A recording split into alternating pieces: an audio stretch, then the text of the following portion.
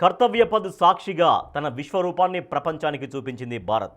ఓవైపు సైనిక పరాక్రమాన్ని చూపిస్తూనే ఆ సేతు హిమాచలాన్ని ఎలా కాపాడుకుంటామో చాటి చెప్పింది. నారీ శక్తిలో తమకు ఇంకెవరూ సాటి లేరు అనేలా కేవలం ధైర్య సాహసాల్లోనే కాదు, సాంకేతికతలోనూ ఏమీ తక్కువ కాదని 90 నిమిషాల్లో ప్రపంచానికి చూపించింది. కర్తవ్య పథ్లో మువ్వెన్నెల జెండా రెపరెపలు ఇంకా చాలా సందేశాలే ఇచ్చాయి. అవేంటో చూద్దాం.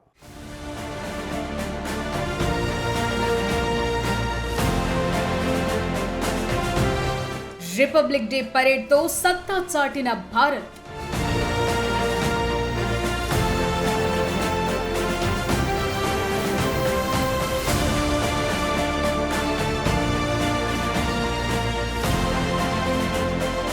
పరేడ్ లో సత్తా చాటిన నారీ శక్తి.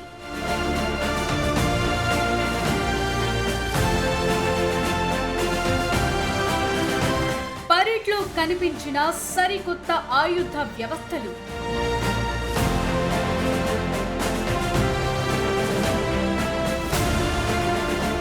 బరిలోకి దిగిన కొత్త బెటాలియన్లు.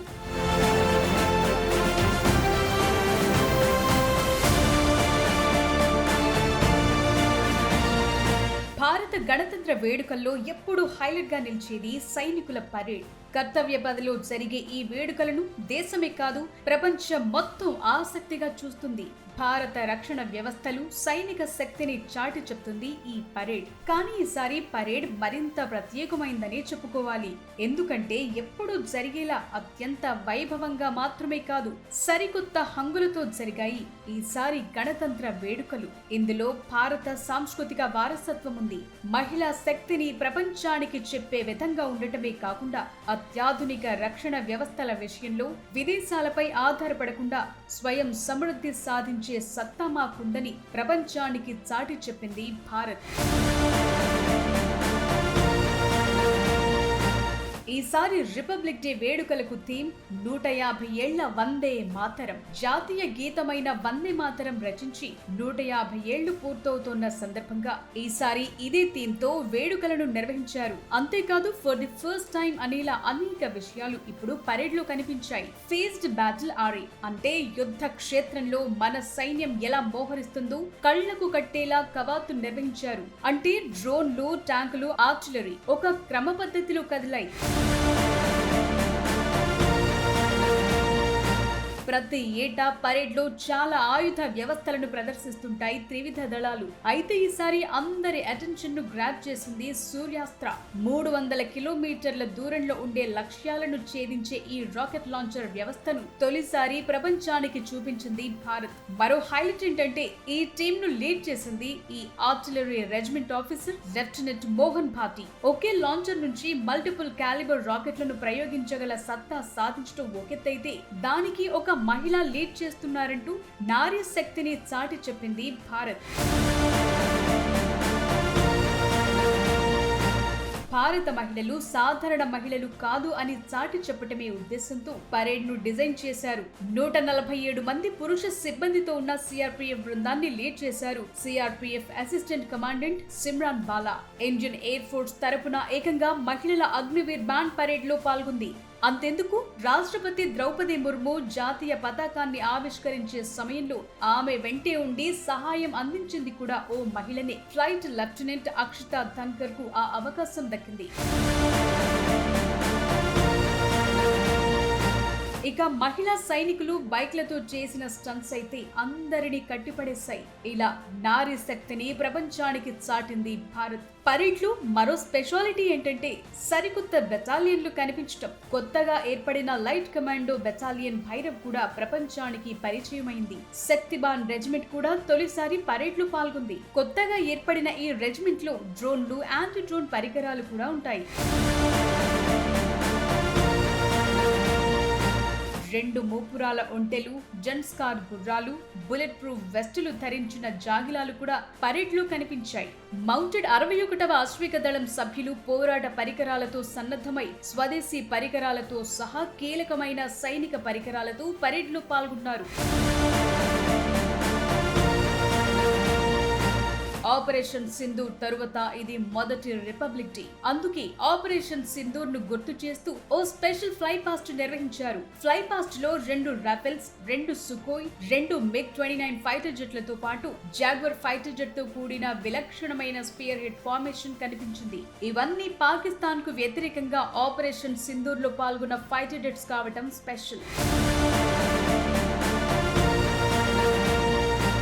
సూర్యాస్త్ర మాత్రమే కాదు, ఆకాశ్ బ్రహ్మోస్ క్షిపణులతో పాటు medium range surface to air missiles, యుద్ధ ట్యాంకులు అర్జున్, T-90 భీష్మలు కర్తవ్య పథ్పై రాజసంగా నడిచాయి.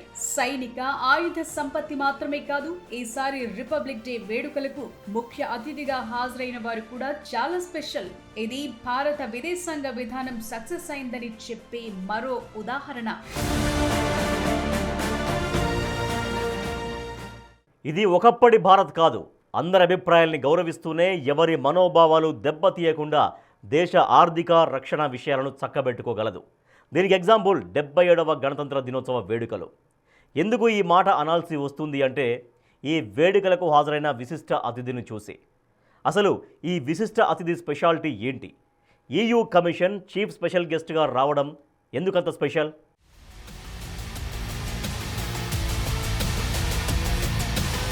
రిపబ్లిక్ డే వేడుకల్లో ఈసారి మరో హైలైట్. ఈ కార్యక్రమానికి విశిష్ట అతిథిగా వచ్చిన యూరోప్ కమిషన్ అధ్యక్షురాలు Ursula van der lion, European union commission కు చెందిన నేత. రిపబ్లిక్ డే వేడుకలకు చీఫ్ గెస్ట్ గా రావటం ఇది రెండోసారి. ప్రస్తుతం ఉన్న జియో పొలిటికల్ సిచ్యువేషన్స్ ను అబ్జర్వ్ చేస్తే ఆమెను ఈ కార్యక్రమానికి చీఫ్ గెస్ట్ గా పిలవటం ఒక వ్యూహాత్మక అడుగు అని చెప్పాలి. ప్రస్తుతం అమెరికా అధ్యక్షుడు డొనాల్డ్ ట్రంప్ తీసుకుంటున్న వివాదాస్పద నిర్ణయాలు, ప్రపంచ దేశాలపై ప్రయోగిస్తున్న టారిఫ్ల అస్త్రాలను దృష్టిలో ఉంచుకుని భారత్ ఇప్పుడు EUతో కీలక వాణిజ్య ఒప్పందాన్ని కుదుర్చుకునేందుకు సిద్ధమైంది. మదర్ ఆఫ్ ఆల్ డీల్స్ గా దీన్ని అభివర్ణిస్తున్నారు. ఈ డీల్ కు సంబంధించిన కీలక చర్చలు జరిపేందుకే ఆమె భారత్ కు వచ్చినట్టు అర్థమవుతోంది.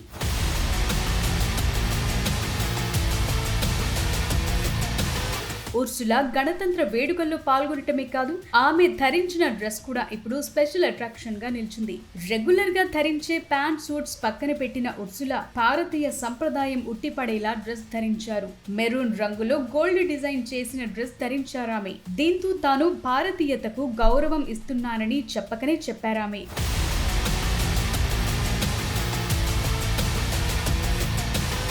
వేడుకల్లో పాల్గొన్న అనంతరం తన ఎక్స్పీరియన్స్ ను షేర్ చేసుకున్నారు. ఈ వేడుకల్లో అతిథిగా పాల్గొనటం తనకు లైఫ్ టైం అచీవ్మెంట్ అన్నారామె. అంతేకాదు, భారత్ సక్సెస్ అయితే ప్రపంచం మరింత స్థిరంగా, సంపన్నంగా, సురక్షితంగా ఉంటుందన్నారామె. EU భారత్ మధ్య డీల్ కుదిరే సమయంలో ఆమె ఇలాంటి వ్యాఖ్యలు చేయటం కాస్త ప్రాధాన్యతను సంతరించుకున్నట్టే అని చెప్పాలి.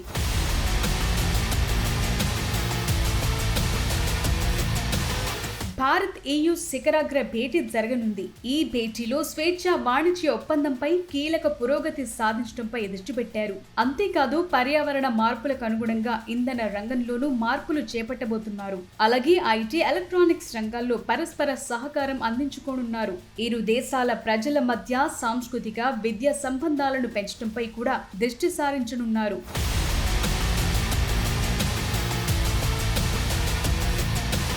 నిజానికి వరల్డ్ ఎకనామిక్ ఫోరంలో మాట్లాడిన ఉర్సులా భారత్ EU ఒప్పందాన్ని మదర్ ఆఫ్ ఆల్ డీల్స్ గా చెప్పారు. 2 బిలియన్ల జనాభా కలిగిన భారీ మార్కెట్ ఏర్పడుతుందని, ఇది ప్రపంచ GDPలో దాదాపు 25% వాటా కలిగి ఉంటుందన్నారు. ఇండియాకొచ్చే ముందు కూడా భారత్ పై ప్రశంసలు కురిపించారామె. నిజానికి భారత్ EU మధ్య వాణిజ్యానికి సంబంధించిన చర్చలు 2007లో ప్రారంభమయ్యాయి. కానీ 2013లో నిలిచిపోయాయి. మళ్లీ 2022లో తిరిగి ప్రారంభమయ్యాయి. ఇప్పుడు చివరి దశకు చేరుకున్నాయి.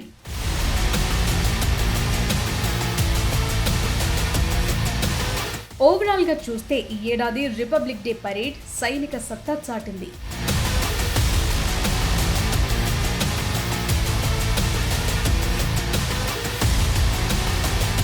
మహిళా శక్తిని చాటి చెప్పింది.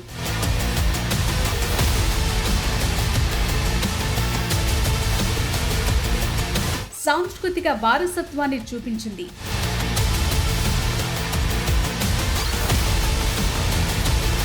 ఆపరేషన్ సింధూర్ విజయాలను గుర్తు చేసింది.